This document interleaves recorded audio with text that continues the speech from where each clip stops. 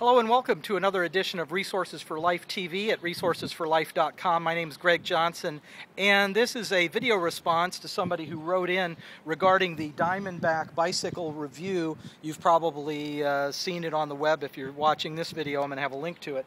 And anyway, this email comes in from a professor at a biomedical institute named Mike, and Mike has three questions.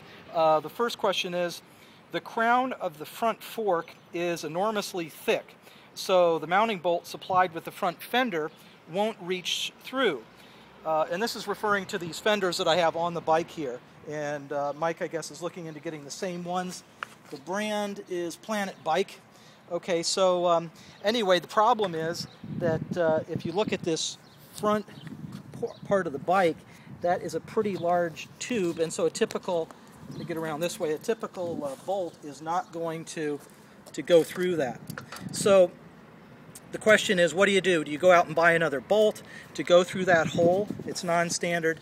Another non-standard thing about this bike I'll point out is that this handlebar is really thick, so the standard mounting for a lot of things like bells, odometer, speedometer, lights, all that kind of thing, you're going to have a little trouble with this handlebar up here because this bar is just a bit too big. So same problem here, larger than standard tube here. Well, what the bike shop did for me was they used these tie wraps.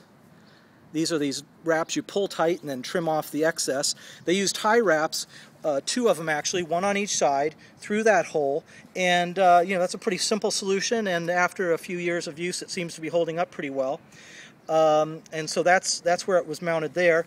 And then here you can see on the bike there are what are called Braised Ons. In this case it's not even braised on, it's just part of the fork, but there is a place for the mounting hardware to go in here, so you don't have to fiddle around with straps here. You do notice here my electronics do make use of some, again, tie wraps, but for these fenders just bolted in there, and the same is provided on the other side. So anyway, that was question number one about the fender mounting.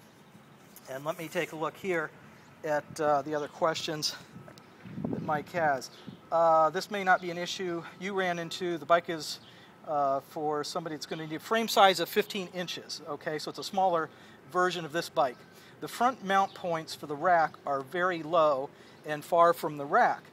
Was this an issue for the larger frame? And what Mike's referring to is the rack on the back here. I went with the Trek, it's called the Trek interchange, and I really like it because I can quickly get my bag on and off with just one push of a button.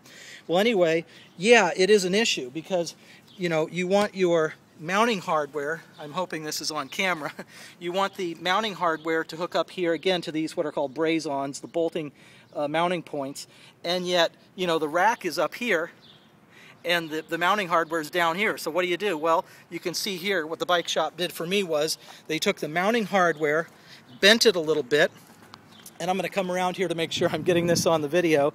So the mounting hardware is taken from this rack, and where you'd expect it to go straight forward, it had to come down just because of the geometry of the seat post being kind of high, and this top tube dips down a bit, which is definitely nice. It gives you a lot of leg room here, but that's an issue. So where you want to connect this, you just bend those down, and underneath, of course, they bolt on.